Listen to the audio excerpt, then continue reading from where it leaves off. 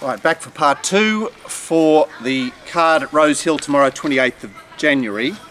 And the quaddie kicks off with the Expressway Stakes, which is small but select and even money in favourite. That's $2 Music Magnate, $5 Curo, $6.50 Ball of Muscle, $7.50 Handfast, $17 Big Money, and Attention, the 3-year-old, is $12.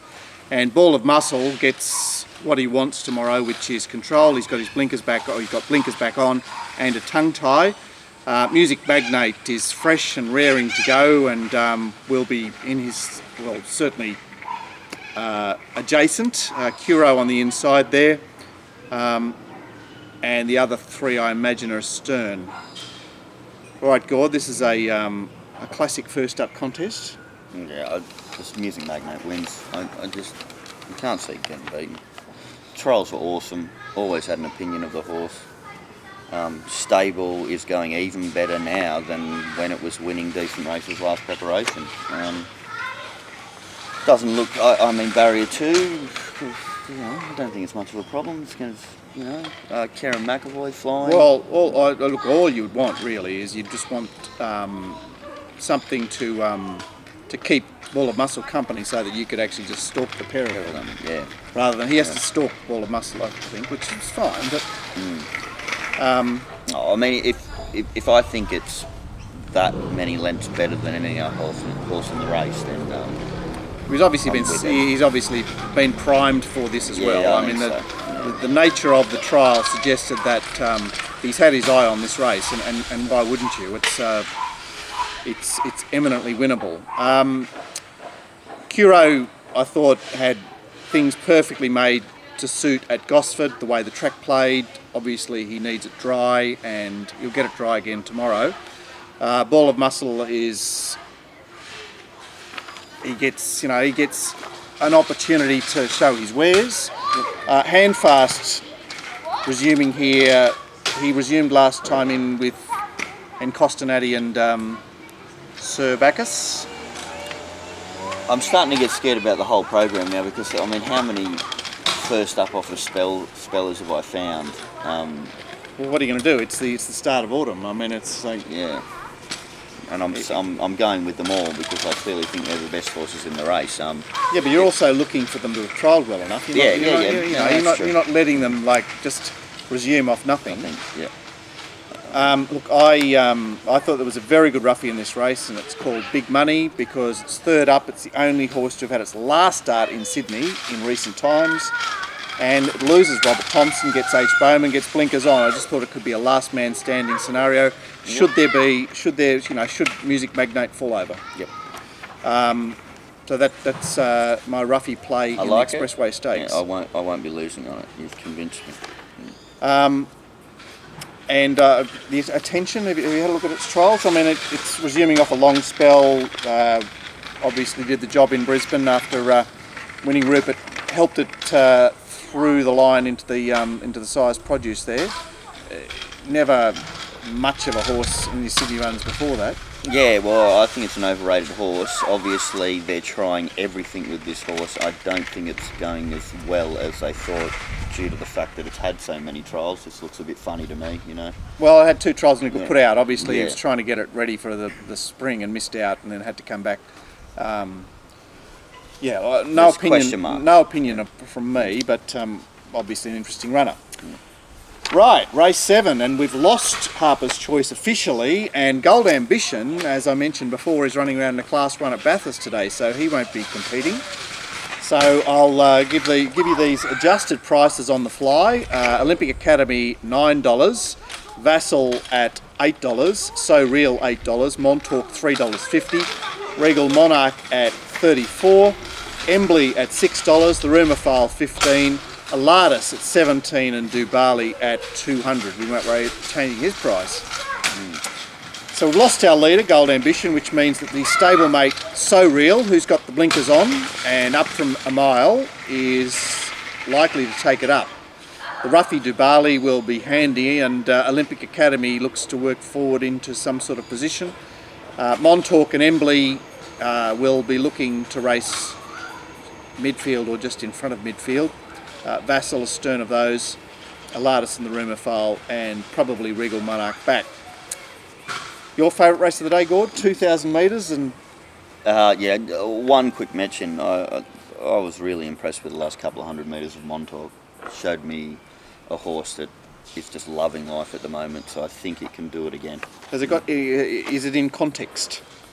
Because I mean, it just came out of the blue, didn't it? It did come out of the blue, but like even its whole life, there's been a bit of an opinion of this horse, and it wasn't performing. That run indicates to me that maybe they've found the trick, whatever that is, and it can string some wins together. But I'll have to listen to you here, Mark. He'll be he'll find a similar type of race tomorrow. I will say that the race last week was exceptionally slow. So whether there's a bit of an apparition about the race. Embley started shorter than him, so I just elected to stick them together again. I would suggest that Olympic Academy is going to run well again. He does really race well for Bowman. He's on a 7-day backup as well.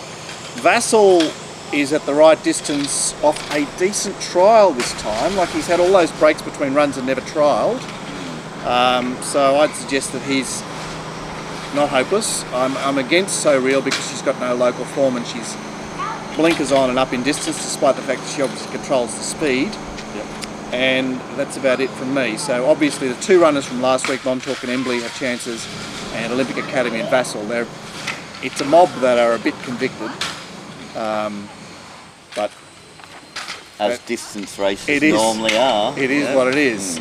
Regal Monarch showed nothing in his trials, showed nothing in his race. Does get B Shin, replacing the highly esteemed El Megorian, who is still hanging around. I don't know why. Yeah. That's race 7. Race 8, another very good race, 1,100 metres this time, and Badahov is our favourite at $3.60, $4.80 Top Striker, $6 a very interesting Scarlet Rain, $7 Sangiovese, $13 Grand Punto, resuming at 1,100 for the first time in his life, $14 Zara Bay, back up from Melbourne, $18 Harara, and long odds the other three, 7, 8 and 9. I'd imagine that Scarlet Rain is on the bunny here. She loses blinkers, but first up off a very long spell, but she looks primed by the trials, and I'd suggest that she's humming. Ice Bucket has to do a bit of chasing. Top Striker gets into a position. Isa Rich will do his normal thing, which is up on the speed, doing it tough. And Sangiovese, I think he'll try and ride quietly tomorrow, given that she's back in distance with a bit of tempo on board. Badahov won't be too far away. Harara will be doing his best to keep up. What do you make of this, Gord? I'm on suspicion again. I'm reasonably keen on Scarlet Rain. The question mark there is it's only 2-year-old form, isn't it? But it looks pretty solid 2-year-old form to me. I think this is a project horse of this particular stable. They've really tried to get it right for its first up start, and I'm not 100% convinced of Badahov yet. No, nor have I, but I'm sort of a bit stuck with him very uncomfortably because he's got those 2 wins at Randwick 1,100 on the outside, and now he's chasing on the inside here tomorrow. The horse I was against was number 12, Sangiovese, complimented winning first up, and then was a bit soft there late for me. Well, she was 1,000 up to 1,200. I don't think that's I think she's an off-pace short courser, so I've made a case for her. Back to 11's all right. Back to 11, and Top Striker. Well, he's that's the horse that you want to own. Like Top Striker, what a marvel he's been this preparation.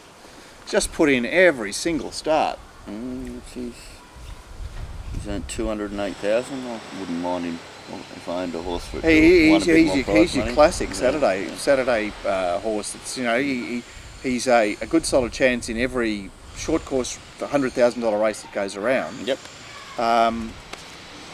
Grand Punto, I think, would want it damper for his return. Did you check his trial? No, I'm not sure.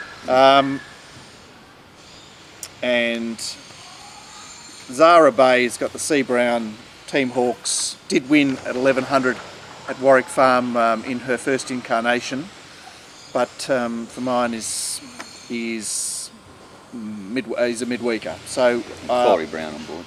yeah, look, I think there's 4 good chances here, and I'll leave it at that. The nightcap, 1350 fillies and mares, another very interesting race. Cezanne is resuming, and our favourite at $4. Adam Eve off the highway is $5.50. Then we're at to $9 Your Way, $11 Twist Tops, $11 Chandana, $12 Foxy Housewife, $13 Invincible Gem, $15 Marakita, $15 Countess Marinov, $16 The Little Racketeer, $19 Lady Zhivago. That's quite a clumpy looking market there. And speed comes from Invincible Gem. Your Way will hold her draw. Countess Marinov with Deanne Pena may get further, will try to get further forward than the other day. And Foxy Housewife will probably go forward to look for a posse. Speed looks to be genuine here, Gord. And some Waller resumers. What do you make of them? The only reason this thing can get beaten is if it's unlucky in the run. Number 1, Cezanne, is immoral. If it gets the run, it wins. I can't believe it's found such a weak race to run in, first up off the spell. It's had the 800 metre trial and the 1000 metre trial. It's definitely ready to go. You've got H. Bowman booked, and as everybody knows, I spotted this horse very early on. Oh, your group horse. And it won me some money and did prove itself as a group horse because it came second in a Group 1, Mark. So a Group 1 for 3-year-old fillies. You're not giving it to me? No? Oh, geez, you're a tough. He ran third in the Group 1. What are you talking about? Third of 6, beaten 2.5 lengths by Global Glamour. Oh, I see. Second of 6? Yeah, something's been. Skylight Global Glamour. Yankee Rose, didn't it run second? Global Glamour. It's been disqualified, Yankee Rose. Oh, that's what it is, yeah. Sleight of hand there. Oh, God, yeah, that was tricky, wasn't it? Yeah, no, but I love that 1000 metre trial. And I'm Didn't you think it was a bit slow? Like the other 1000 metre trial was much faster run. Yeah, I know, but it's 1,000 metres now. It's first up. Resuming at 1350. Yeah. I'm happy with that, particularly with that stable. I mean, they don't have to run time.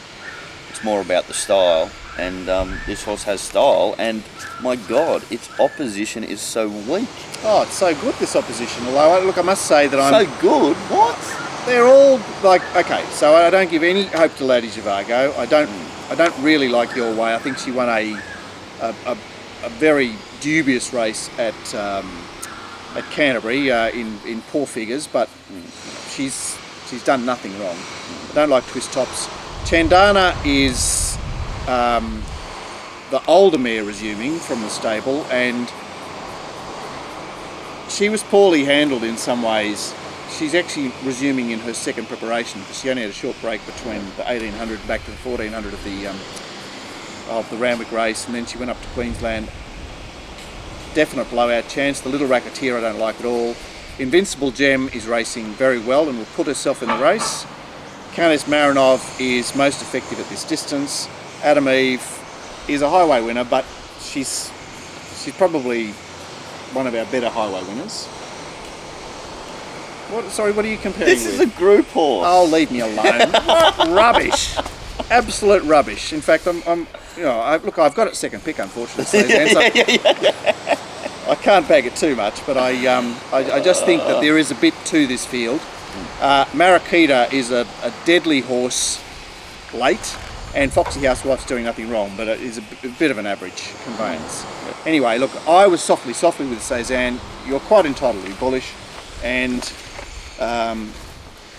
is it number 1 for the day, or is there number 1 else? for the day? There's only one special. It's Cezanne. I really can't see it getting beaten. Anything else you want to tease the viewers with? Okay, I'll tease them with just more about whether I actually unload. If I see the Waller horses running up to their SPs in the earlier races, I'm going to become even more interested in that particular horse. Nice. So I'll be watching the day in reference. You're looking for positive indicators from the Waller stable. Yeah. So Invincible would be a positive indicator. Yes, it would. Yeah. Even though it's probably in a race that it's a race for walkers. All right. So look, my best roughie of the day is Big Money, and if I'm going to nominate something else that I really like, that's an attractive quote, race 5, number 5, Nepean. We'll be hopefully back with Glenn on Monday. We will be back with Glenn on Monday for the rant, because he's the prime ranter, and hopefully we've got some good news to tell you about Rosehill. I think he needs it too. It's a cathartic effect, isn't it? Definitely. It gets it all out. Definitely. And while we're on the subject of G-Pollard, I noticed that RacingRant have fixed their form. You've got an option to not show the price, the odds. You've got an option to not show the comments, which seems to work this time. And so they've changed it to just the days. Yeah, there's no more spells. Yeah. Have they still got 21 days there or not? Yeah, they'll have 21 days there. I've seen the shorter ones mentioned, but they don't actually call it a spell. So, there's 33. Yeah, okay, they're just putting the days. They're not driving around with a spell. So, thank you to RaceNet for fixing your form guide. I'm sure that'll get Glenn back for a preview show next Friday. And as I say, in the meantime, we'll do the round on Monday. Catch you then. See you guys.